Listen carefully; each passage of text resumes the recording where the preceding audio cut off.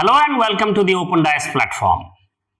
Today, we will be discussing about distributive justice with special focus on John Rawls. As all of us know, the importance of John Rawls and his political theory in political science literature. His decisive ideas on political theory is so prominent that the dead political theory became possible to revive. That's why Rawls' theory of justice became very, very important. So today, we will try a modest attempt to understand Rawls' theory of justice. There are limits to the way individuals can be legitimately sacrificed for the benefit of others. If we are concerned about equality, we must take into account their rights and liberties. I must tell you one thing before I try to argue Rawls' theory of justice conceptually, is that before Rawls, people also spoke about the questions of justice. But when they try to understand the question of justice, the idea of individual rights and their liberties were compromised. So Rawls, to me, was one philosopher who, for the first time in the 20th century, began to emphasize on the question of rights and liberties together as a package when trying to address the question of justice. So Rawls makes an attempt to theorize justice by including these aspects in his theory. And remember, Rawls' theory of justice came at a time when everybody assumed that political theory is a dead subject. And in fact, it is Rawls' contribution to political science literature through his theory of justice that political theory revived and it became an important subject of analysis for the social scientists and the investigators of political philosophy. So Rawls is famous for his seminal book on a theory of justice. Now the question is, why a theory of justice? Remember, Rawls' theory of justice is one of the multiple theories of justice that exist today. That's why we call it Rawls calls it as a theory of justice. So there are multiple theory of justice and Rawls' theory of justice is one of these theories of justice. That's why Rawls calls it as a theory of justice. So the idea is, among the competing theories of justice, Rawls' theory of justice is one of them. That's why a theory of justice. So Rawls argues that political theory is caught between two extremes of utilitarianism and intuitionism. So Rawls makes a reference to intuitionism and utilitarianism. These two are two important terms which Rawls consistently uses to defend his arguments on political theory. So utilitarianism has two major attractions according to John Rawls. First, the goal which utilitarianism seeks to promote does not depend on the existence of God or any other metaphysical entity. Consequentialism is the other attraction of utilitarianism. So, there are two major attractions of utilitarianism as Rawls had suggested.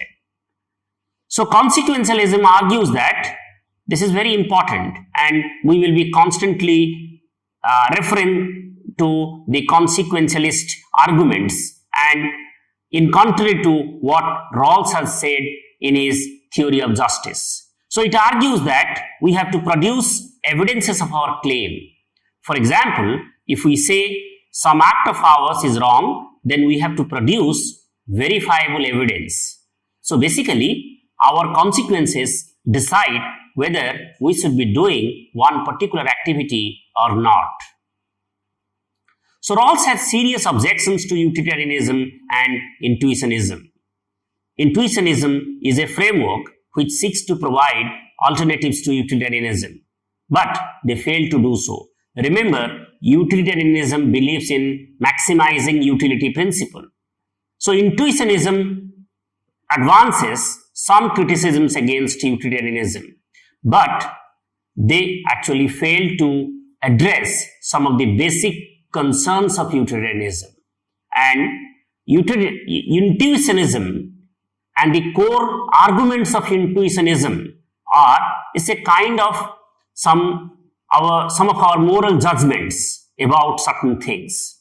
So, to use Rawls' language about intuitionism, it has two basic features. First, they consist of a plurality of principles which conflict with each other, and as a result, they give contrary directives in particular types of cases. And second, they include no explicit method, no priority rules for weighing these principles against one another.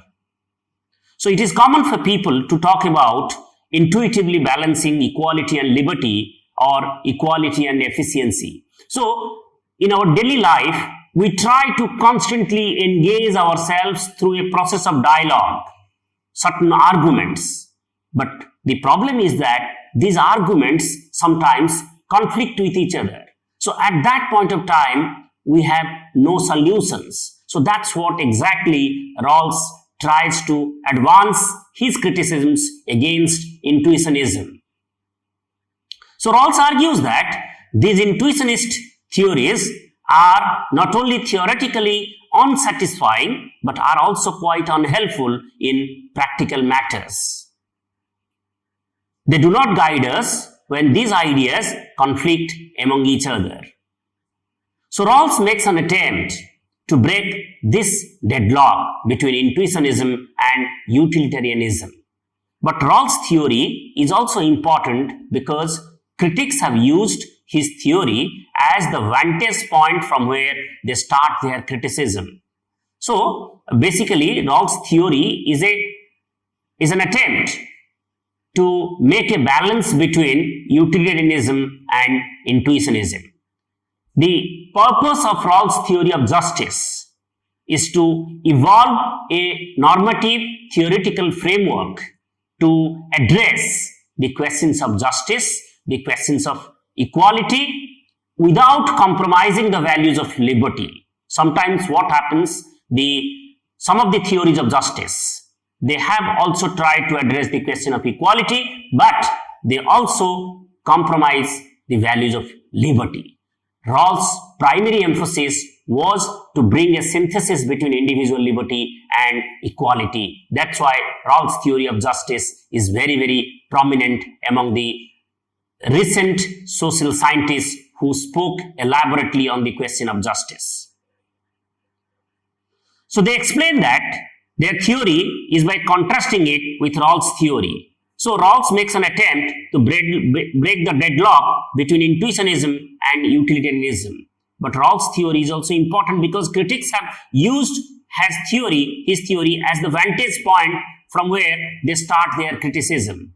They explain that their theory is by contrasting it with Rawls' theory. So Rawls' theory of justice for the modern political scientist or any other social scientist who is interested in the question of justice, they make Rawls' theory as a vantage point where they begin their discussion. So it actually increases the value of Rawls' theory of justice. Now, let's come back to the question of principles of justice, for which we are today here to discuss the question of what are these principles of justice, for why Rawls is very famous. So justice as fairness. So Rawls' theory is known as justice as fairness. So justice as fairness is primarily concerned with the way in which major social institutions distribute the fundamental rights and duties and determine the division of advantages from social cooperation. So Rawls is interested to address the question of fairness, how to create a fair society. That's the primary concern of John Rawls. So asserts justice as fairness is a theory designed to apply to what Rawls calls the basic structure. By basic structure, Rawls means the political, social and economic institutions of the society. So by basic structure, he means these kind of institutions in the society. It provides a normative ideal by which we are to judge the political constitution of society and the principal economic and social arrangements, right? So basically, Rawls' idea is to evolve a normative framework where we are to judge the political constitution of society and principal economic and social arrangements. So Rawls' focus is on the normative arrangements. He is more interested in those philosophical questions. The just society, according to Rawls, or justice as fairness, is one governed by the two principles of justice. Remember, we are now coming back to the most important question of Rawls' theory of justice. Those two important principles of justice that Rawls has consistently used. And these principles are, first, each person has the same indefensible claim to fully adequate scheme of equal basic liberties, and this is known as equal basic liberties principle. This is number one. B has two parts.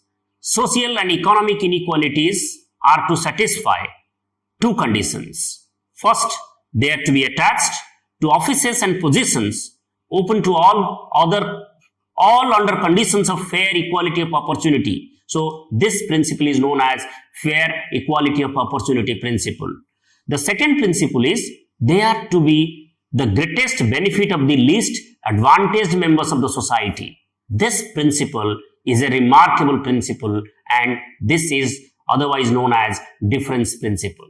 So to elaborate it further, to elaborate difference principle in a more precise way is that distribution of resources or primary goods, in Rawls' language, social primary goods, it has to be distributed in such a way that it is going to benefit the least advantaged members of the society.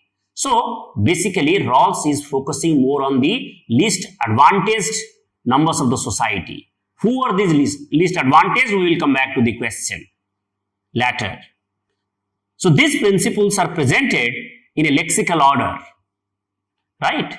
And lexical order means that these two principles, principle of basic liberty, then principle of equality of opportunity principle, then difference principle, it has to be applied in a particular order. And that order is known as lexical priority according to John Rawls. And they are listed in order of priority. The equal basic liberties principle must be satisfied before the second principle is invoked, and the fair equality of opportunity principle must be satisfied before the difference principle can be invoked.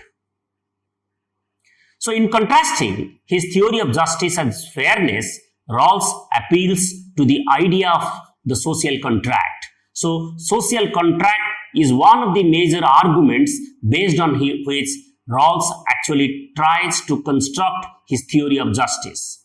So his theory is inspired by contractarians like John Locke, Rousseau and Immanuel Kant. Kant has a major influence on Rawls' theory of justice.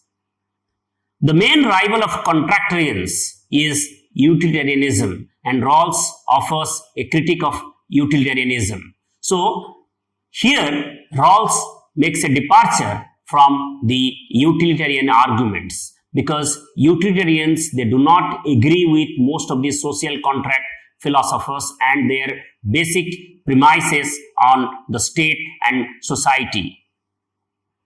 Utilitarianism captures some of our most basic moral intuitions concerning the importance of, for example, impartiality and human welfare. Utilitarianism have put forth diverse accounts of what qualifies as human happiness or utility, but they share the belief that the best outcome is the one that maximizes overall happiness or utility.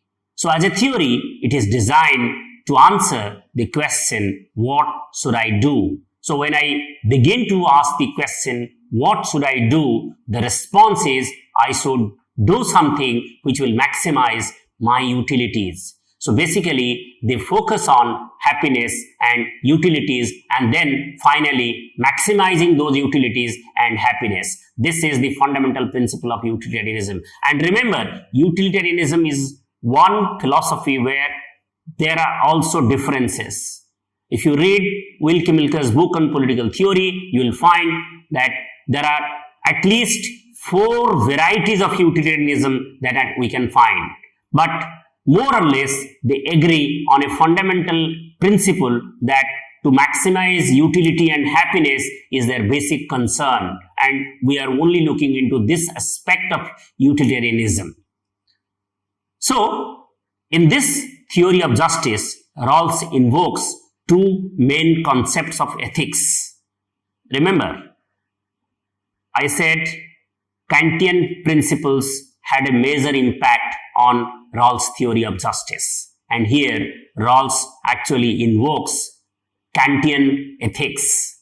So, now Rawls actually debates between right and good. So, Rawls distinguishes between the following 2 ways of relating the right and the good. The first way is to define the good independently from the right, and then right as that what maximizes the good. Remember, I repeat, to define the good independently from the right, and then right as that which maximizes the good. For example, one defines the good as material prosperity. Institutions and acts are right if of all the available alternatives, they produce the most good. Rawls calls this type of theory a teleological theory. So, one defines good as material prosperity. Institutions and acts are right if of all the available alternatives, they produce the most good. So, Rawls calls this type of theory as a teleological theory, and utilitarianism actually believes in this kind of teleological perspective. In contrast to the teleological theory, Rawls actually uses the deontological theories, which can be defined as a theory that either does not specify the good independently from the right or does not interpret the right as maximizing the good. So this is very important. In the one hand, Rawls argues about the utilitarianism and their what I said, their arguments about good and the ethical standpoints. But here, Rawls invokes the deontological position. It's a basically kind of Kantian position, right? So Rawls wants to defend a theory that is deontological in this second sense, that it gives priority to the right over the good, right? So we need to distinguish between right and good, and what is important for John Rawls is that we must prioritize right over the good. So what is right, according to Kant, is that there is a certain kind of universal morality or something which exists prior to our knowledge that what is right and what is wrong. So Rawls tries to invoke those kind of arguments of Immanuel Kant. So by asserting a priority of the right over the good, Rawls seeks to avoid the injustices that may be made in the name of maximizing utility. So remember, Rawls tries to avoid the injustices by invoking the spirit of right over the good. So this is what basically the background in which we need to understand Rawls' theory of justice. So Rawls argues that in a just society, the basic liberties are taken for granted, and the rights secured by justice are not subject to political bargaining or to the calculus of social interests. So utilitarianism treats questions of distributive justice as questions of efficient administration. but justice for Rawls must trump the virtue of efficiency. The right is prior to the good. Justice denies that the loss of freedom for some is made right by a greater good shared by others. So remember, this statement is very important when we try to understand Rawls' theory of justice. That right is prior to the good, and then justice denies that loss of freedom for some is made right by a greater good shared by others. For example, if I give you one example to clarify this point, let's say construction of big dams. Let's say in India, we try to build one big dam. So the argument for constructing a multi-purpose big dam is to ensure that it benefits the larger interest of the society. But at the same time, it also does harm to a small minority of people.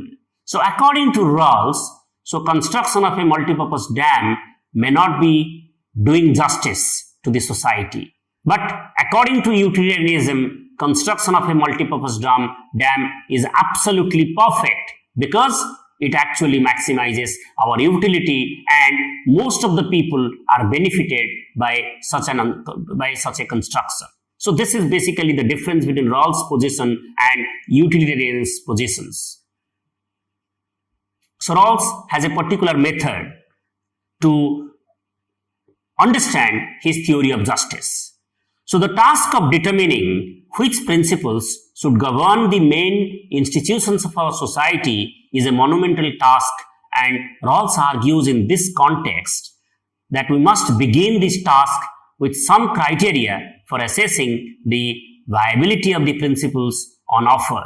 So Rawls claims that there is a definite, if limited, class of facts against which conjectured principles can be checked.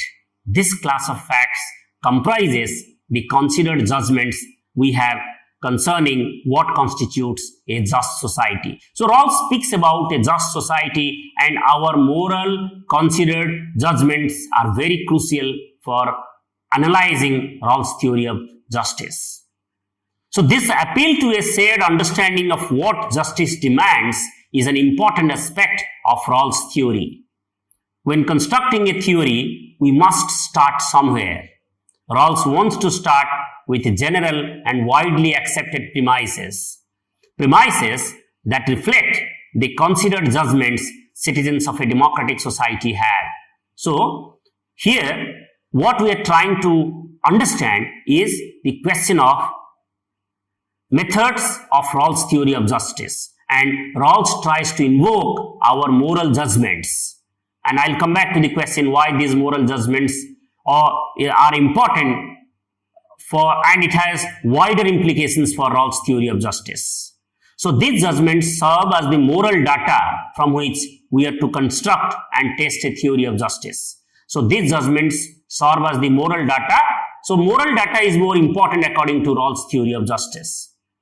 So while Rawls endorses appealing to some shared beliefs in the initial stages of theory, he is quick to point out that he does not appeal to values that violate what he calls the fact of reasonable pluralism.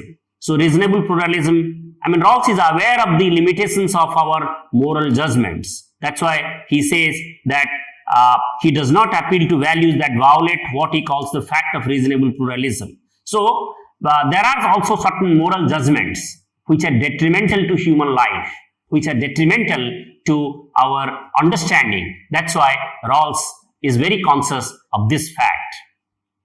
So Rawls does not provide an exhaustive list of what these initial shared assumptions are, nor does he claim that our initial convictions are exempt from scrutiny. So this is very important.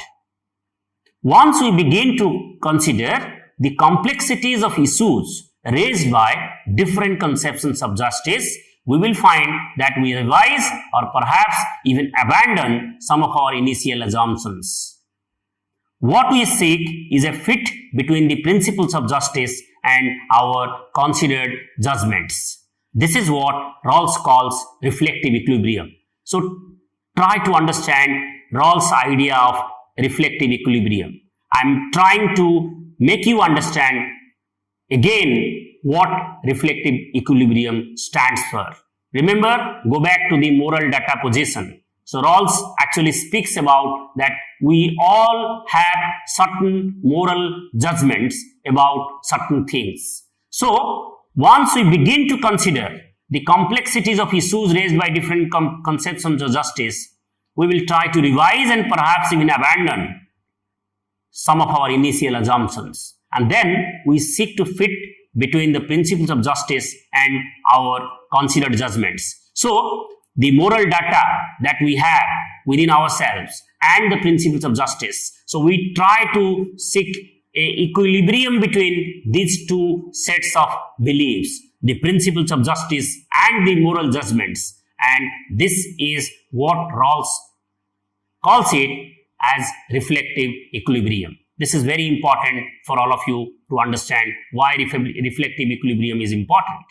So we will not find a perfect fit between these two things, but by striving for such a fit, we can rule out various contending principles of justice as well as clarify what our considered judgments are regarding the demands of justice. So this is also very important, because even if we try to, make an equilibrium between our considered judgments and the principles of justice, sometimes we may not perfectly find the balance. But one thing is possible, that a solid, theory of justice will emerge, and all the competing and contending theories of justice will be ruled out. So this is what Rawls precisely want.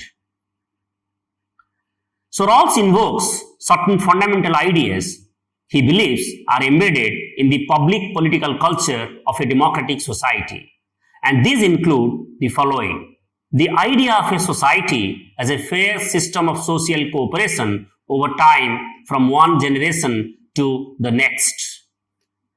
The idea of citizens as free and equal persons. As such, they are taken to possess two moral powers. First, the capacity for a sense of justice. This is the capacity to understand and apply, to act, and not merely in accordance with the principles of political justice that specify the fair terms of social cooperation. Second, persons have a capacity for a conception of the good. That is the capacity to have, to revise, and rationally pursue a conception of the good. So this is very important. The original position of Rawls. We all know that Rawls actually speaks about a original position. So the original position is a hypothetical choice situation. It corresponds to the state of nature in traditional contract theories. Parties are placed in the original position and given two important tasks. First, to choose the principles that are to govern the basic structure of society. Second, to choose the principles that are to apply to individuals. So these are very important. So Rawls describes the original position as the appropriate initial status quo. It is one in which all people are treated as equals. In order to be so, certain conditions must hold. In everyday life, a number of unfair factors influence agreements that we want to rule out in the original position. For example, unfair bargaining, advantages, threats of force and coercion, deception and fraud. In order to ensure that the choice of principles of justice is impartial and fair, Rawls invokes the following two constraints. The principles must fulfill what he calls as the formal constraints of the right, and they must be chosen behind a veil of ignorance. Remember, veil of ignorance is one concept which has been consistently used by John Rawls to defend the impartiality of his theory of justice and how people are choosing their own share of resources in a very unbiased way. So that's why veil of ignorance is very, very important. So the formal constraints of the right impose 5 restrictions on the choice of principles. The principles must be general in form and universal in application.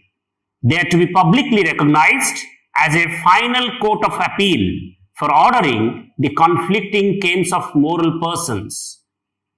By placing the parties behind a veil of ignorance, Rawls believes that the choice situation will nullify the effects of specific contingencies that put men at odds and tempt them to exploit certain social and natural circumstances to their own advantage.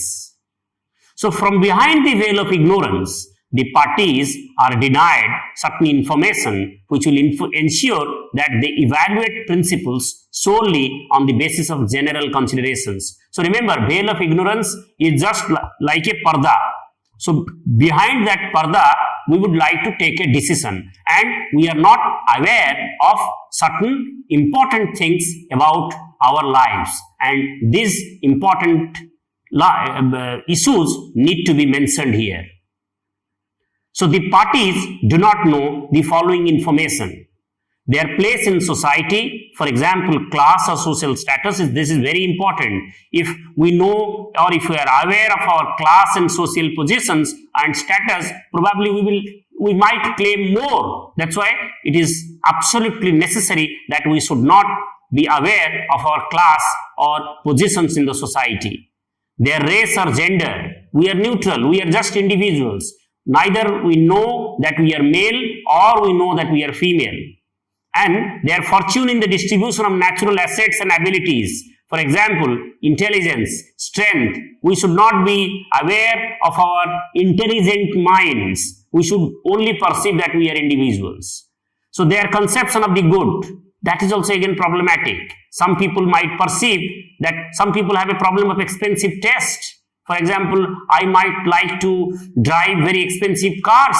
So that's my problem. So their conception of the good. So if you ask me the question, what is a good life? I will say that, well, I believe a good life will certainly, for me, is to ensure that I have a very good bank balance, very nice house to live in, and then finally a very luxurious car to, travel in the market. So naturally, our good life, conceptions of good life will influence our decisions about our intention to take some of the social primary goods. And then the particular circumstances of their society, for example, its economic or political situation. The generation they belong to, this is also equally very important. So the only facts, remember friends, the only facts parties do know are general facts about society. For example, principles of economic theory and laws of human psychology, and that their society is subject to the circumstances of justice. So that's also very, very important. So Rawls claims that the parties have some rational plan of life. They just do not know what are the details of this plan are. So there are arguments for two principles of justice. I mean, what arguments Rawls actually employs to defend his theory of justice? Because there are also critics of Rawls' theory of justice. So Rawls actually employs certain arguments to defend his theory of justice. So Rawls believes that it is rational for the parties to choose his two principles of justice over the rival principles. He defends his claim by arguing that the two principles of justice are the maximum solution to the problem of justice. So Rawls actually uses the Maximin principle. So the Maximin rule tells us to rank alternatives by their worst possible outcomes. We are to adopt the alternative, the worst outcome of which is superior to the worst outcome of others. Given that the parties do not know what their social position will be or what their level of natural assets will be, it is rational, argues Rawls, for them to adopt the conservative attitude expressed by this rule. So remember, so Rawls actually uses the maximum principle, which we need to understand. I mean, the maximum benefit that people get by employing the two theories of justice. That's what maximum principle argues in the context of Rawls' theory of justice. So the maximum rule instructs the parties to choose the two principles of justice, for they guarantee the highest minimum payoff. So this is very important. The second argument Rawls puts forward is the equal opportunity argument. The elimination of arbitrary barriers, for example, policies of racial and gender discrimination to advancement, is a necessary but sufficient measure for securing equal opportunity for all. The system of natural liberty permits morally arbitrary factors to greatly influence one's distributive share. So justice requires us to mitigate the influence of these morally arbitrary factors. We can do so through the basic structure of our society. But the system of natural liberty, remember, there was a system of natural liberty before Rawls actually advances his theory of justice. So system of natural liberty fails to address this problem. Hence, Rawls argues that it is an inadequate conception of equal opportunity. So a second viable interpretation of equal opportunity is what Rawls calls liberal equality principle. So like formal equality of opportunity, it maintains that the arbitrary barriers to advancement must be eliminated. So Rawls actually argues that in order to make equality a sustainable principle in the society, we need to erase the impact of other important considerations which produce inequality in the society. So it goes further in seeking to eliminate or at least minimize as much as possible the influence of social contingencies have on people's opportunities. So social contingencies, for example, in Indian condition, take the case of caste. The caste-based discrimination and the kind of inequalities that is a product of the caste-based discrimination. So what about those kind of discriminations? So Rawls says that equality of opportunity principle addresses better the influence of social contingencies have on people's opportunities. But then Rawls argues that even though it is better than the previous one, it is not the best one, as what about those who are naturally not talented? For example, we are two individuals, right? And but we don't have any physical differences. For example, we both are completely able-bodied individuals. But the question is, one is more talented, one is mentally more superior than the other one. So what about those things? So Rawls, in that case, says that there is a problem in the equality of opportunity principle also. So we need to focus something else. And that is why Rawls actually speaks about the idea of democratic equalities. So Rawls hence speaks about the idea of democratic equality. It is arrived at by combining the principle of fair equality of opportunity with the difference principle. So democratic equality amounts to a presumption in favor of equality of outcomes. So this is very important, why Rawls actually rejects the equality of opportunity principle and why he speaks about the democratic idea of democratic equality. So Rawls' theory is one theory which has been widely used across the globe. And remember, Rawls also has its fans who try to use his theory of justice at a global scale.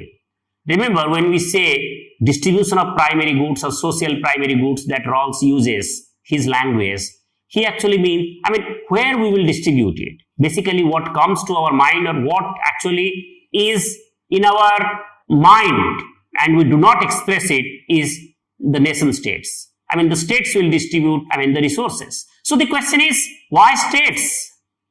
Why not distribute it at a global level? Why not distribute it?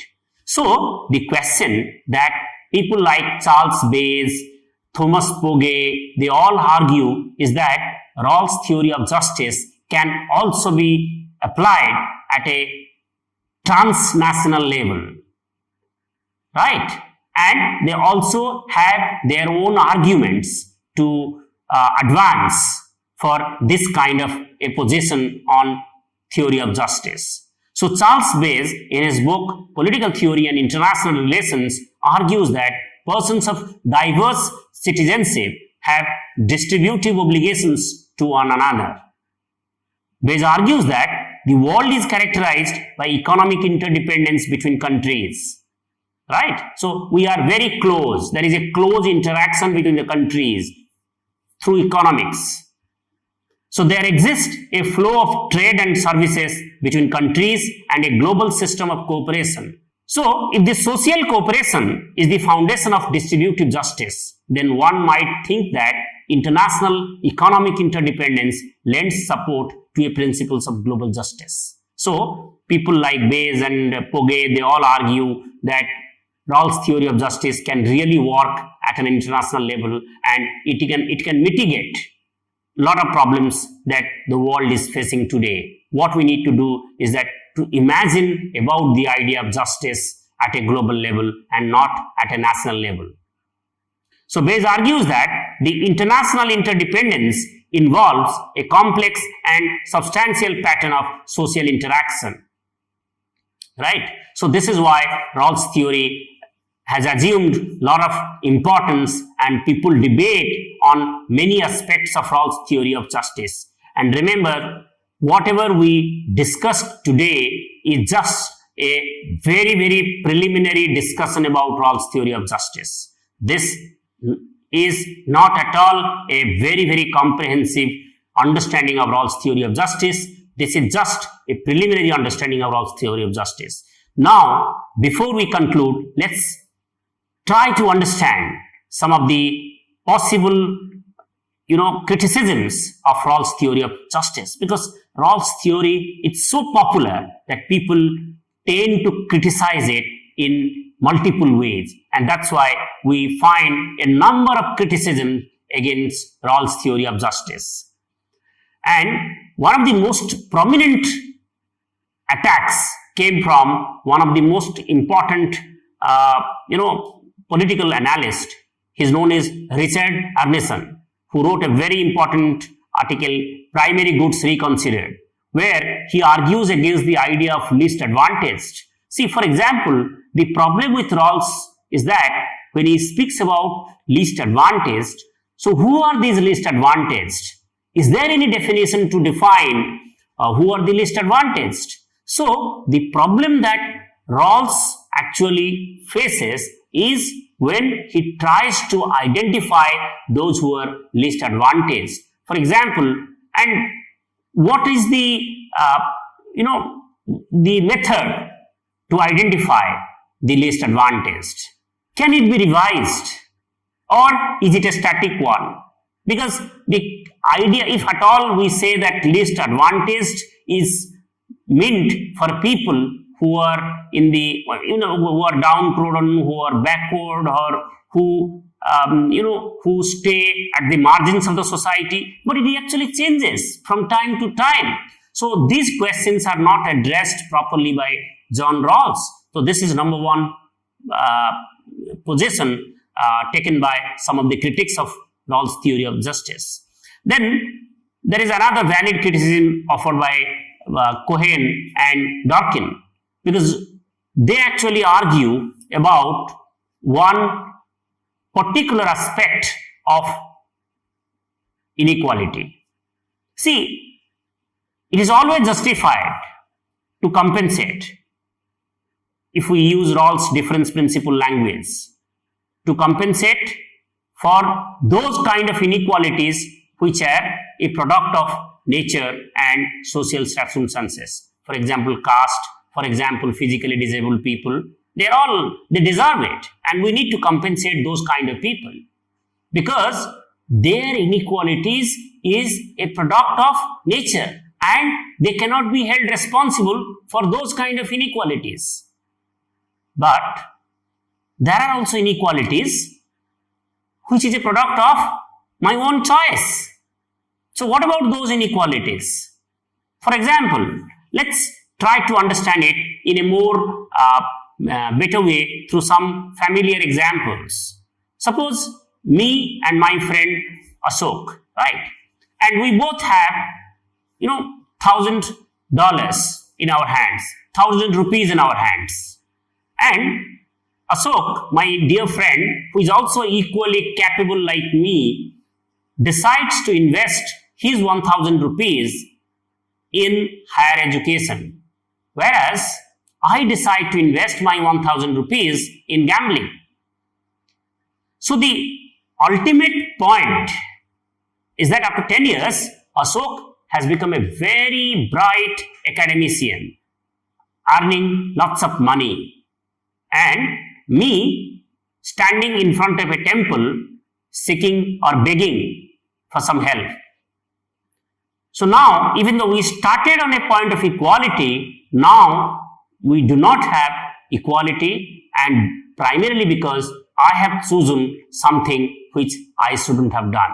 So now Rawls has no response to this kind of inequalities, and probably he also argues that I also belong to that same kind of disadvantaged groups, least advantaged groups. But Durkheim and Cohen are not sympathetic to my case. They argue that I am only responsible for the kind of inequality that I have generated. That's why I should not be compensated. So technically, this is known as Locke egalitarianism. Locke egalitarianism argues that compensation can be justified if inequality is a product of our own, social circumstances and nature. But if inequality is a product of our own choice, then it cannot be justified. So this is one of the criticisms by Cohen and Durkheim against Rawls. Then again, there are also criticisms from the libertarian school of thought. For example, Nozick here, they all argue that Rawls actually sacrifices individual liberty to protect or to increase the value of equality in the society. So individual liberty cannot be sacrificed. So this is again another criticism by Nozick and Hare. Then there are also communitarians like Walger, Sandel. They all argue that actually Rawls has become very, very individualistic in his analysis. So what about the self? What about the individuals? And the idea that when Rawls speaks about the primary goods, so how do you distribute those primary goods? And remember, these communitarians, they use a term complex equalities. See, the question is, for example, a kind of social primary good, and they argue that those primary goods have no meaning. And the important thing is that what meaning I attach to those kind of primary goods. And my understanding of a particular primary good will be influenced by my culture, by my family background, by my community. So what is more important is my community association, my family, my associations, and probably Rawls does not include these aspects in his philosophy of theories of justice. And then this is a very important criticism offered by Amartya Sen to Rawls' theory of justice. Even though Sen in many of his articles attributed and gave credit to Rawls for influencing his thought and action, but Sen actually argues that the primary goods is not a very flexible one. So Sen actually tries to identify the inflexibility of primary goods, because the primary goods, I'm an individual, even though we too are individuals, but our intake capacity to use those primary goods will be different. For example, let's try to understand by using Sen's famous example of a woman who is at a carrying stage. Let's try to take the example of calories. Even though we have a scientific calculation that individuals need this kind of calories, male this calorie, women this calorie. So let's say two women, one who is at a carrying stage and one who is a general woman. So naturally the women who is at a carrying stage will need more calories. So this kind of the inflexibility of primary goods that Rawls, so Sen identifies this problem in Rawls' philosophy. So that's why Sen advances his criticism, and that's why Sen actually argues for his case of capability approach. Instead of using Rawls' theory of justice, he says that capabilities and the idea of justice. Then finally, we have a feminist conception of criticism, and how people like Carol Pittman and many others have argued that how Rawls' theory of justice is so male-centered. And to give you one example, when we talk about distribution of primary goods, the question is whom to be distributed. Who will take those resources? The question, and to answer these questions, naturally, it will be the head of the family. And who will be the head of the family? It will be a male. So what about the women? So the feminists are also not very happy with Rawls' analysis, but Rawls actually tries to respond these questions. But for today's lecture, let's try to understand Rawls' theory within this framework only. Let's not try to understand the other dimensions of feminist criticisms of Rawls' theory of justice. So, to summarize, what we said today is that we have tried to construct a theory of justice, the background in which Rawls' theory of justice began, and then the theories of justice, his arguments of theories of justice, and finally the criticisms. So, then in the next lecture, we will try to understand the defense of Rawls' theory of justice and how Rawls actually develops a serious reconsideration of his theory of justice when he actually faced a lot of criticism from his contemporaries, who argued that Rawls' theory of justice is an inadequate conception of society and social life. So with this, I would like to conclude my lecture today. Thank you very much.